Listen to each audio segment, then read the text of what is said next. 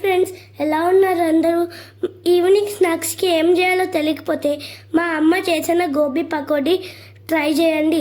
5 నిమిషాల్లో అయిపోతుంది. ముందుగా ఒక బౌల్లో హాట్ వాటర్ తీసుకోవాలి. అందులో ఉప్పు, పసుపు వేసి గోబీ ముక్కలు 2 నిమిషాలు ఉంచాలి. ఇలా చేస్తే దుమ్ము, చిన్ని పురుగులు పోతాయి. ఇప్పుడు ఒక బౌల్లో వడగట్టిన గోబీ ముక్కలు వేసి 1 టేబుల్ స్పూన్ ధనియాల పొడి, 1/2 టేబుల్ స్పూన్ పసుపు, 1 టేబుల్ స్పూన్ కారం,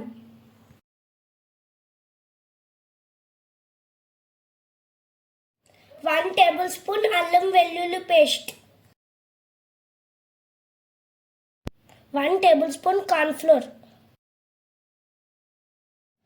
1 tablespoon maida, 2 tablespoon బియ్యం పిండి, 1 టేబుల్ స్పూన్ ఉప్పు, 1 table spoon garam masala.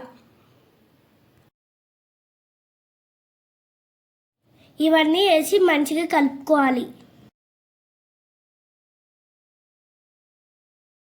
Stove పైన ప్యాన్ పెట్టి ఆయిల్ని హీట్ చేయాలి. ఆయిల్ బాగా హీట్ అయినాక గోబీ ముక్కలు వేయాలి. మంటని లో టు మీడియం ఫ్లేమ్లో పెట్టి గోబీ ముక్కలు వేసి వేయించాలి.